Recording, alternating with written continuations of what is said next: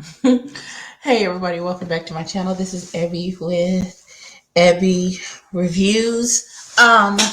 This is going to be my recap and review for Power Book 2, Season 1, Episode 1. Um is it called Ghost? Was the episode called Ghost? I don't know what the hell the episode was called. I don't know. Okay, so I feel like I may like this. This first episode was called The Stranger.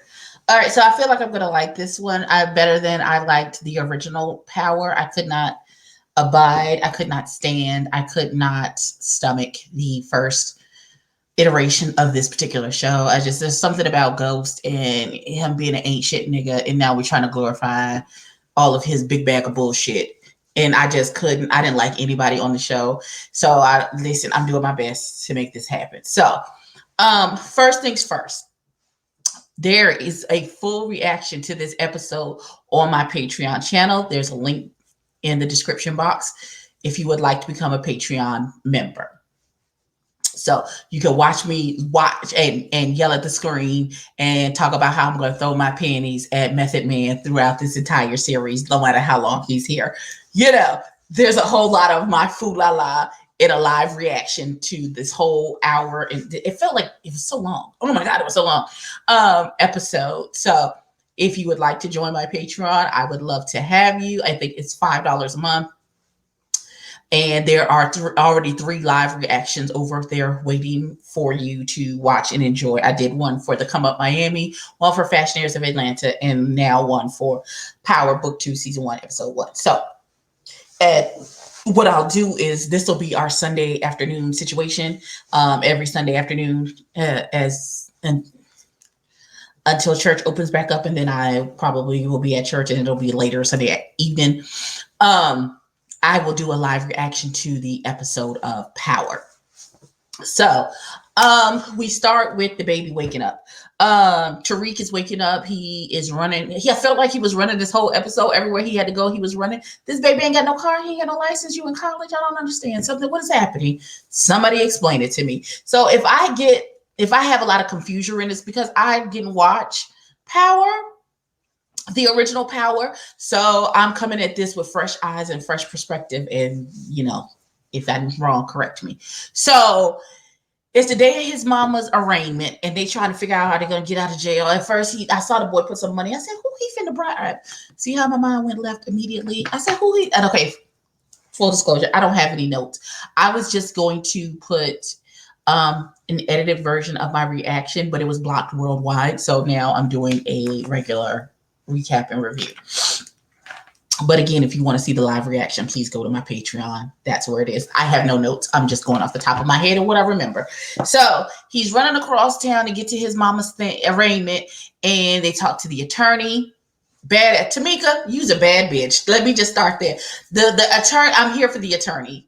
Ma'am, do your thing.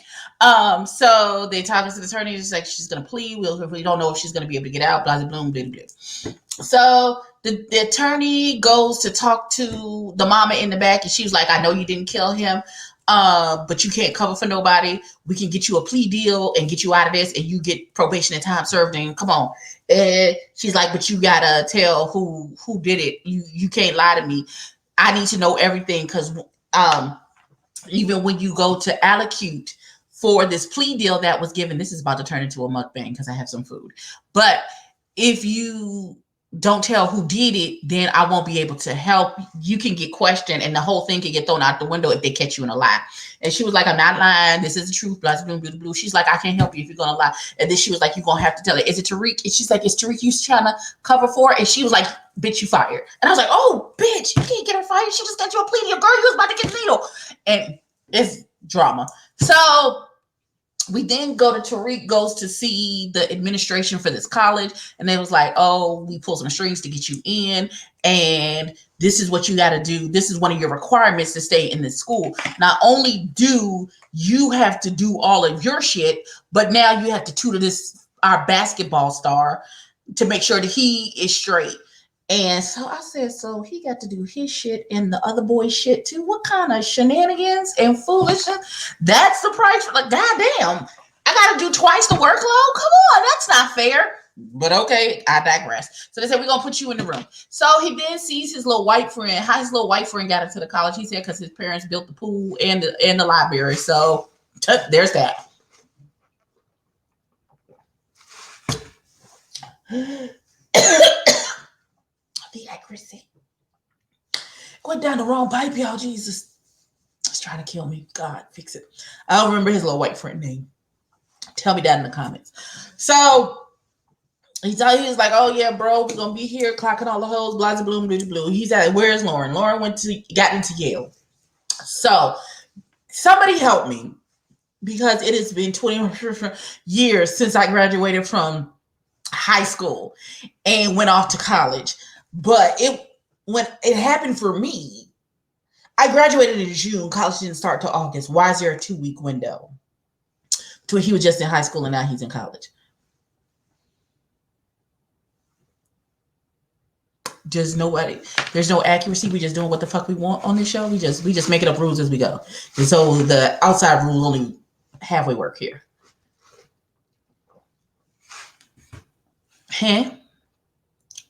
Huh? Can somebody want to? Okay.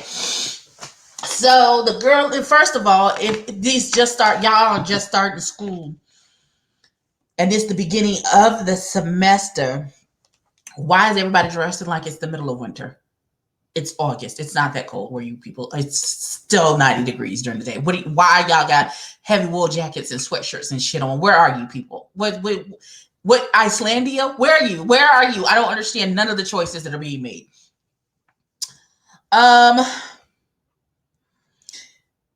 Then he goes to see Lauren, and I guess they make up, and she was like, I double crossed you for a good reason. I was trying to get him to do whatever. He was like, okay, cool, and they dapped it up and peaced out. Okay, he still got feelings for her.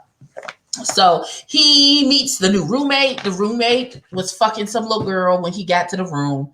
And he was like, give me 15 minutes. And he was like, you can stay. I'll be done in a minute. And the girl was like, you better not be. And he was like, okay, bro, give me 15 minutes. And he's really like behind her back. My nigga.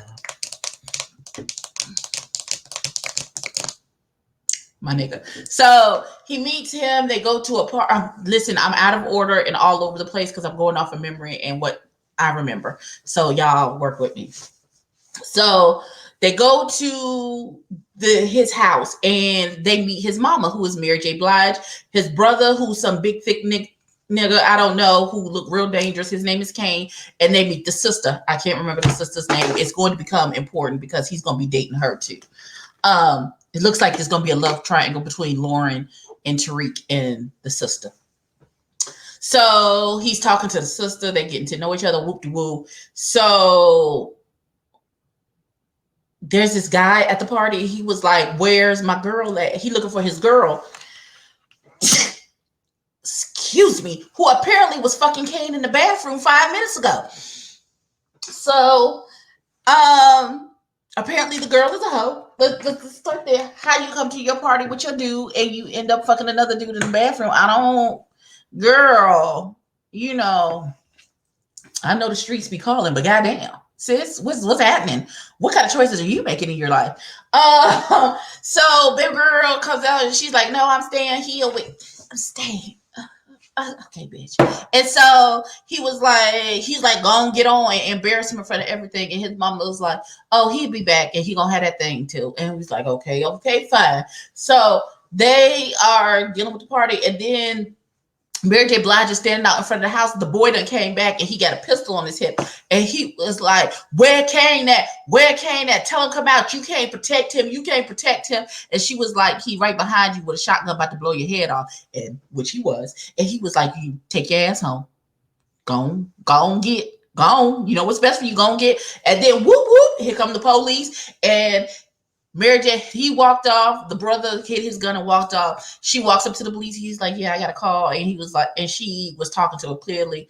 I feel like that maybe was her husband's brother or somebody in their family member, because they have black, half Puerto Rican. Her Puerto Rican husband was a kingpin in the gang or gang member or high level gang person. And he went to jail for a murder. And I'm not exactly sure what happened. Tariq looked it up in the library and I was like, Something about that. And then there was a picture. It had Mary J. And I feel like Mary J. Blige got her husband thrown in jail. Tell me if that's what y'all thought, because that's what I thought. So that's a whole nother situation. Tariq says he got to go. Tariq is now that the mama done fired Tamika because she mad because she want her to rat out Tariq.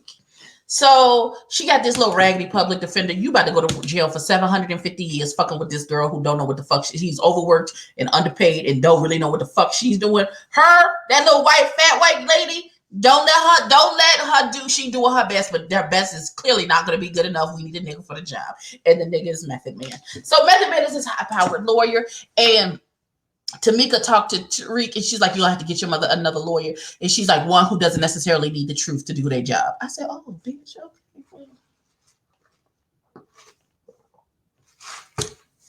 And to my baby daddy, Method Man. Method Man is his high-powered lawyer. He's trying to get his person off. And Tariq walks up to him, and he was like, listen, I need your help. And he was like, who are you? You know, I'll give you some free advice. Sure, we can take a picture. He's like, I'm not here to take a picture. I need you to hire you for my mama. He is like, I feel like I'm talking really fast. I think it's the caffeine from the tea. He's like, I need $500,000 liquid. Bless the Lord. And then if not, then keep on walking. I ain't talking to you anymore. And so Tariq is like, bet. So Tariq goes to his mama's things to find the stripper that used to go to bring her babies to the daycare and always pick her baby up late. And apparently she be selling dope at her club. So Tariq is waiting for her outside of the club. And he talks to her and he was like, I got some stuff I need you to sell. I need to get my cut because I need to come up with some money real quick so he can pay this man this $500,000. She was like, bet. And he was like, bet. And so he gives her the dope, and him and his friend go to the strip club. He collects his little money, and he collects at least $50,000. And he still, I don't know where he got the dope from. None of that is explained. Maybe somebody can help me tell me where Tariq got all this dope from to give to this girl, because he was selling baby aspirin apparently before. I don't know. It's a whole lot. So he and his best friend at the strip club, they get the money from the girl. He pays the lawyer $50,000, and he was like, this is just a taste. I need the rest of my money. And he was like, first of all, he shamed the lawyer, and he appealed to the lawyer's ego, because he went on to social media, and because I guess he has a big social media presence. How is that even possible when it's blocked? Who liked it?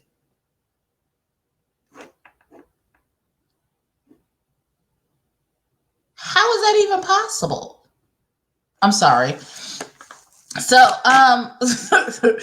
he went on social media and he was like, oh, he said he would help. He was a good friend. And he's like, and this means the world to me, and da-da-da-da-da. And next thing you know, the lawyer phone start blowing up like, this going to be your OJ case. This going to blow you up. I can't. Great job. Congratulations on this. And so he kind of shames him into taking the case. And so as they're getting ready to do the plea, because, you know, he gets the plea, Sack is like, he's trying to protect Tasha because he know he in with the bullshit, and he trying to clear his name with this bullshit and shit. And so the political party is trying to cover up all the bullshit, and because they're using the fact that she was scared of Ghost because Ghost was a homicidal, drug dealing, adultering maniac.